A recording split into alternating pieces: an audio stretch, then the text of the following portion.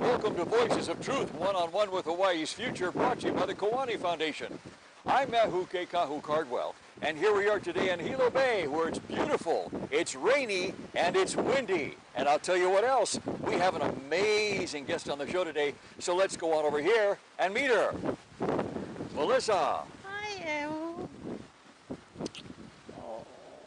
Melissa Moniz, did I say your name right? Yes, you did. Wonderful. And tell us, I said we're in Hilo Bay, but tell us where this is. Well, we are in Hilo Bay. We're right between Liliuokalani Park and Coconut Island. A lot of the stuff I guess you do is online these days, yes? Yes, I've become a Facebook junkie. I was going to say a computer wizard. No, I learn as I go. Wow, well I think we all do.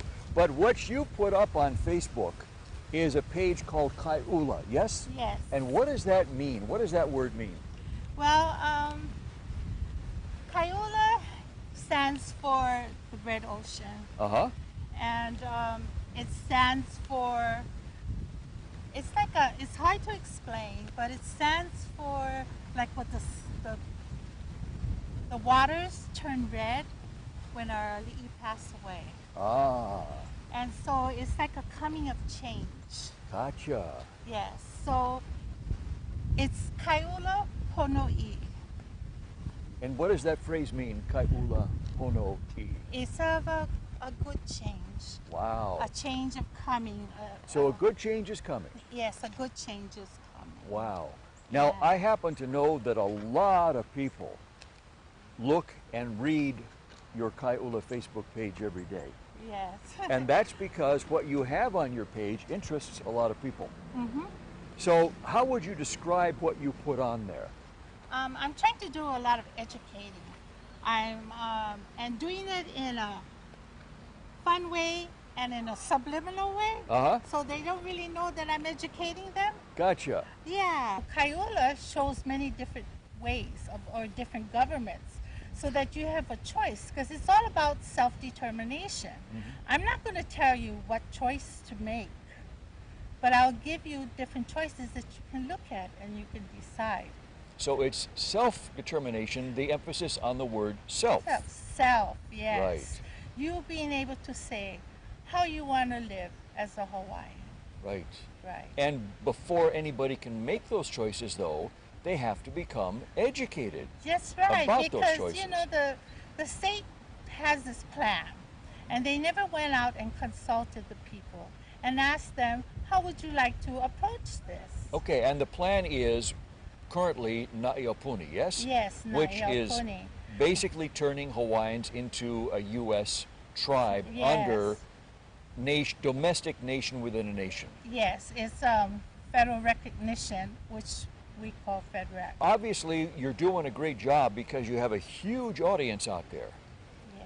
So, Melissa, how did you get involved in this? I mean, how did you go from just being Melissa Moniz without any computer skills at all and no Facebook page to running one of the largest Facebook pages out there about choices if you're a Hawaiian? It was like by accident. Really? Right. It started with Kauinoa. I saw what Kauinoa was doing, how it was signing up our people and not really giving our people education about it. It was come get a t-shirt, sign your name, free t-shirt or free meal or free something. And then my children were doing Facebook. And I said, oh my God, let me teach mommy how. Because this is a way to connect with people and it don't cost me a penny. So you saw the vision early on about that, didn't you? Yes. Wow. I saw the media thing. Like I could do this and I could do this from the continent. You know? Uh-huh. And so it was like, okay, let's do this. And the next thing I knew, people were connecting, and I was able to connect with people just as if I was living here. And I was able to spread information, being that I was part of the Association of Hawaiian Civic Club, and their government chair on the mainland council, I got lots of information before people got information in Hawaii. So I would get information on Friday. Hawaii would all know when it would come out on a press release on Monday. They knew before because I was able to put it on Facebook. Great. So now we have to let our viewers know the big secret. We got to let the big secret out of the bag. And that is, you're Hawaiian. Yes. You run one of the most popular and effective and well-read Facebook pages, Kyola. But you don't live in Hawaii. No, I don't. You live in Texas. Yes, I do, but not by choice. I really want to come home. Sure, but what I'm saying, Melissa, is that's amazing that you're able to have that kind of impact and keep your finger on the pulse of what's going on to have spread the word out here throughout Hawaii so everybody knows. Well, the activist Melissa never left, and my heart is still here. And I just can't stop fighting for our people. It just keeps going, and that's just the way it's going to be till my last breath. Why is that? Why can't you stop fighting for your people? It's just in me. I love my people. I love where we are. Our people don't realize how fortunate we are to be here and how fortunate we are to be who we are as a people. Wow. Yeah. Wow. That's amazing. So do you think it would be any more difficult or easier for you to do things if you were here in Hawaii than living in Texas? Well, what happened is when I lived here, people would come to my house, they would stop me in the store, they would stop me on the road. It was like constant. So I was overwhelmed and just about stressed out completely. So they would stop you and go, hey, Melissa, what's the latest news? Or, Melissa, this is happening, blah, blah, blah. Melissa, come down here. Melissa, come to this meeting. Melissa, come to this. This is happening at my house. They're going to evict me, blah, blah. It was constant, constant, constant. When I went to the continent, I told myself I was done with all this. I was not going to get involved. I wasn't going to do nothing. But then I was lying to myself. I couldn't stop. But what living on the continent did was it had me step back and look at everything and decide and choose what was more important and where I needed to go with this. So you took it from a low-tech way to a high-tech way. Wow. Yes. Wow. Yeah. Moving to Texas enabled you to see the importance of doing that, yes? Yes. You started out letting people know the words of other people, Yes. leaders. But then what happened is you said, okay, so now I'm going to start to say what I feel needs to be said, yes? Yes. So your voice came into it at that point. Yeah, my voice was in it a little, but then I became more vocal Uh-huh. because I was trying to get people to think beyond just a message, to put themselves into the spot. Gotcha. Yeah, To start to make their own choices. to make their own choices. Wow. That's it. Well, and so how long did that second phase last? Long time, still going. So we're still in the second phase. Right. Wow. Okay. So what kind of feedback do you get from people now about your Facebook Kai'ula page? A lot of them thank me for educating them, for bringing them up to date, for telling them the truth, for being transparent. Melissa, what do you feel are the most important issues to let people know about right now so they can make their own informed choices? Oh, there's so many with this Aupuni thing going on with the Department of Interior. We don't really have all the information that we need. So we're kind of like getting pieces because nobody's being really truthful with us. Not telling the whole story. Sorry. And so it's very scary for our people right now. So it's very important that our people learn whatever little bits are out there so that they can make the right choices of whether to get involved with Aupuni or not, to put their name on that list or not. You used the phrase becoming involved a moment ago. I happen to know that you're involved in something very specific about this right now, yes? Yes, I am. And what is that? Tell us about I that. am involved with the lawsuit that is filed by Judicial Watch and Grassroots Institute. I'm on the lawsuit because my name was rolled over from Kawinoa. I did not sign. I found my name, but what about those that didn't find their name and those that are deceased and that are having problems removing their names, just like my brother-in-law?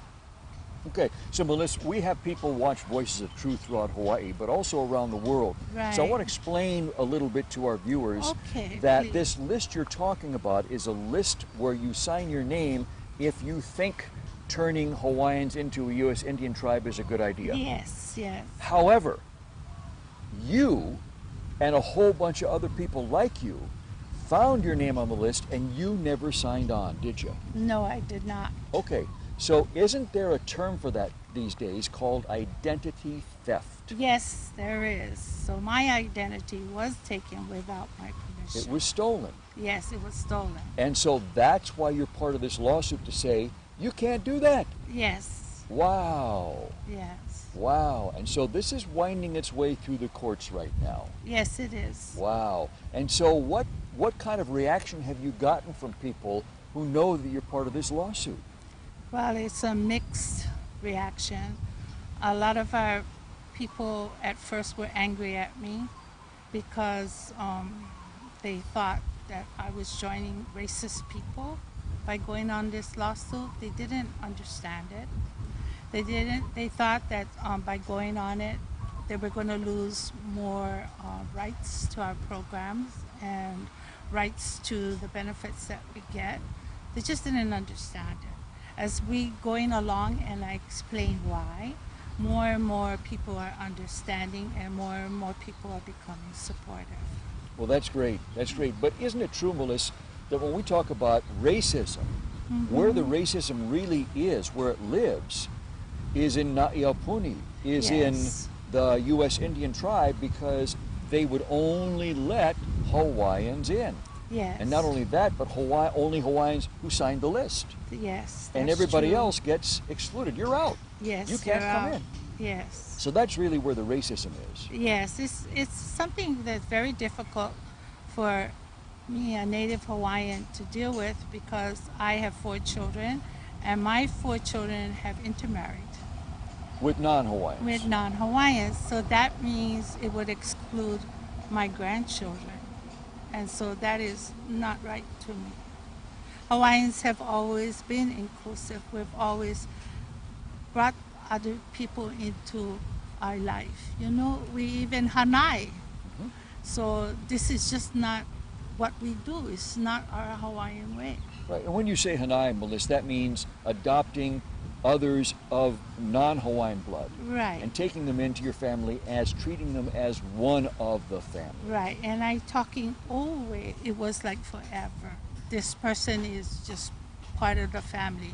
If this person do wrong, we, the whole family, take that pilikir, the whole family hold the wrong. You know, it's like you of our blood. So it's a very serious thing. Yes. My dad is pure Hawaiian. And it really, really bothered him. And I said, Daddy, don't worry. I go in this and we make it right. Because he said, that's not the way. That's just not the way. So, Moniz, what emotions and thoughts went through you as you were making your decision whether to be part of this lawsuit or not? I saw it as an avenue of a way of helping our people to fight the powers in charge. Ah. Yeah. Wow. Yeah, because, you know, the grassroots and Judicial Watch are big entities. I was so frustrated from filing papers with Office of Hawaiian Affairs and trying to get answers, and we're being beaten around the bush. You know, nobody gives us answers to nothing. So we got very frustrated. So we've decided we'll go to where we feel we can get some help. Obviously, you would like to win the lawsuit, win in Yes. court, and have Aupuni stopped. Yes. So what would you like to see the future of Hawaii be? How would you like that to look? What would you like it to feel like? A free Hawaii, And what does that mean to you? where we have a choice of who we are as a people, where our language is back in place, where our people have choices of how they want to live, who they want to be. Our children don't have this thumb on them. They have the ability to dream and be as big as they want to dream. I just want better education, better medical, and things like that. Better opportunities. Better opportunities. Yeah. Yeah, not be the bottom of the pole, you know? Yeah, it's been that way for too long, huh? Yeah, it's just too long. I encouraged my children to return to the continent to live because I saw better opportunities for them and opportunities for them to have a home and an excellent job. And all four are doing very well. But it breaks my heart that they have to not live with their people, not live how I lived with my grandparents and parents in Hawaii and raised the Hawaiian way. I was very fortunate. My grandparents, I was raised with my grandparents in Ola'a on the Shipman Ranch. So it's more excluded on the beach with all the old ways. My children don't have that. But I try to teach them and I try to teach my grandchildren. And I hope someday they can come home. I hope that things are better for all our people. I've been home 3 days and I see our people look very stressed. You see those worry lines, especially in the grocery store. And it tears my heart. Yeah. Moniz, how difficult do you think it's going to be to make this happen? To get it to where people can come back to Hawaii to live and be able to live a decent life without having to work 2 and 3 jobs and barely make ends meet even then? I have to rely on Akua and I have to rely on our prophecies and believe, The ancient prophecies. yes, that it can be done and it will be done. And we just have to believe and not give up and not give it all away. We just have to keep fighting for what is right. So there has to be an awakening happen, yes? Yes, yes, So now we come back to your Facebook page, Kyola, yes. because I'm sure a lot of people have told you in so many words that by reading what you post there each day, they have become awakened. Yes, I take the old, from the teachings I had from my grandparents, I throw it in every so often to help heal the solar heart. And then I bring all this pilikil, all this heavy, ugly things, so they know about it. But I try to impress on them that the teachings of old can heal many of these things. Yeah. Wow. How difficult is it for you emotionally to bring those difficult things or bad things that are happening and share it on Kyola to people? Sometimes it's very difficult. They have this thing up the mountain they call kapu aloha. I know I cannot do kapu aloha. I know I have to stay down at Pu'uhuluhulu Right. and not go up the mountain. Okay, and so for our viewers' benefit, explain what kapu aloha is. Handle things in a loving and peaceful and calm way. And I cannot. And we know one thing, that ain't you. No, that's not me. But you know what? That's a good thing, Melissa, because not everybody can do it that way. Everybody's a little different, yeah? Mm-hmm. And some people can do kapu'aloha, and then some people cannot. Right. And so the ones that cannot, the ones that can, those issues they handle, and the ones that cannot, you handle the other issues. Yeah, when I'm not the mediator, I'm the loud person that busts down a meeting.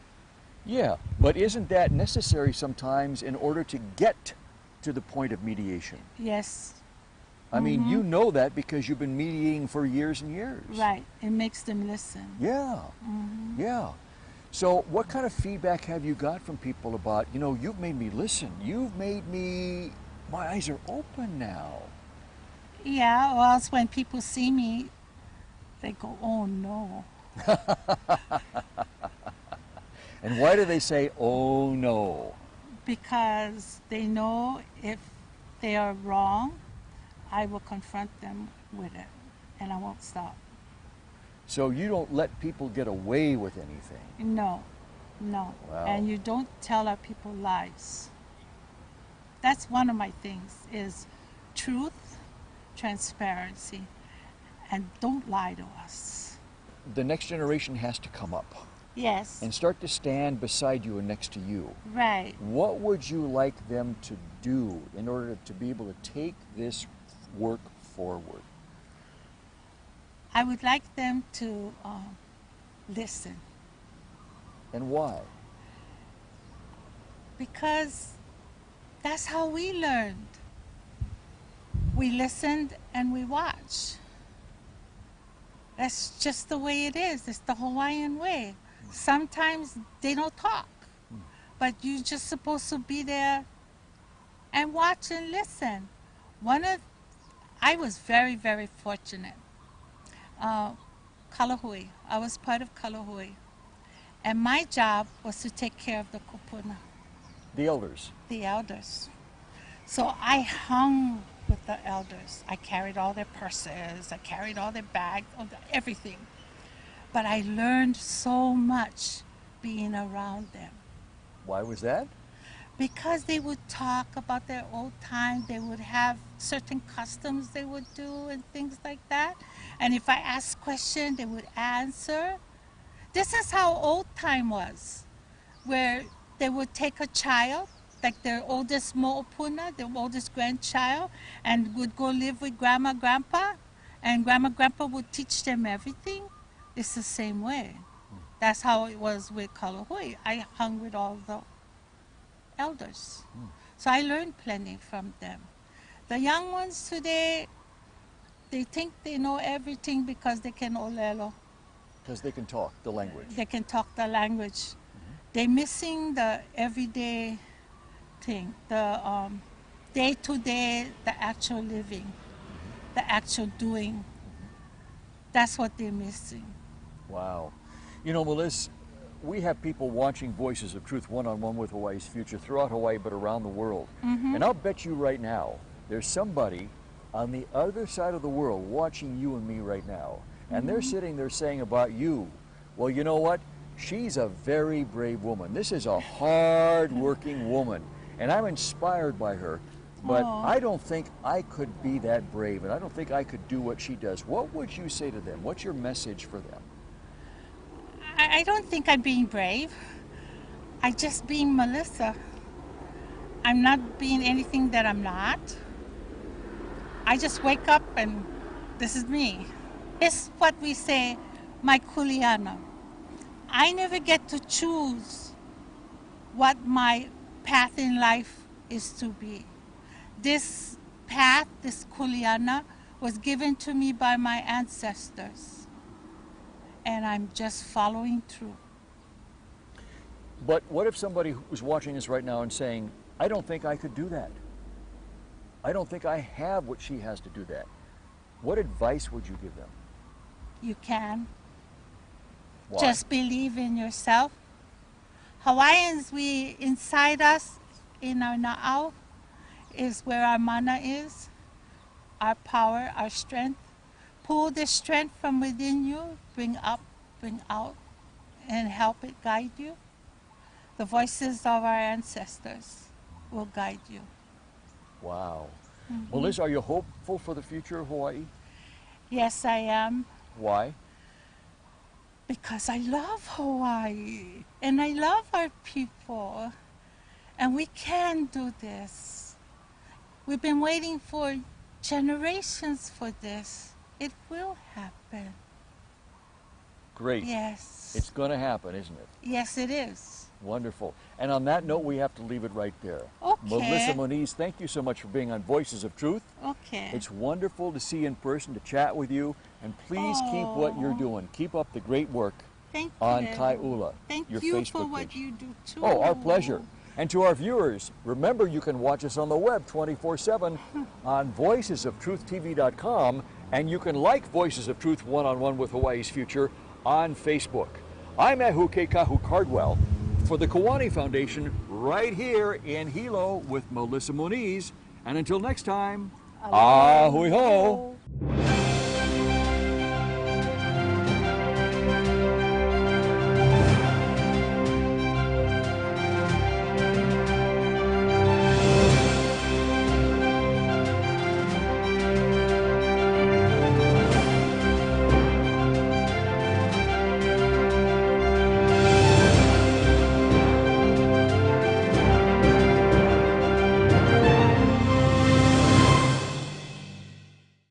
Mahalo for watching Voices of Truth One-on-One with Hawaii's Future. Watch us on the web 24/7 at voicesoftruchtv.com. You'll find all our shows, including this one, in case you want to see it again or share it with family and friends. Also view our weekly video commentaries at freehawaiitv.com. And check out our blog, published daily, at freehawaii.info.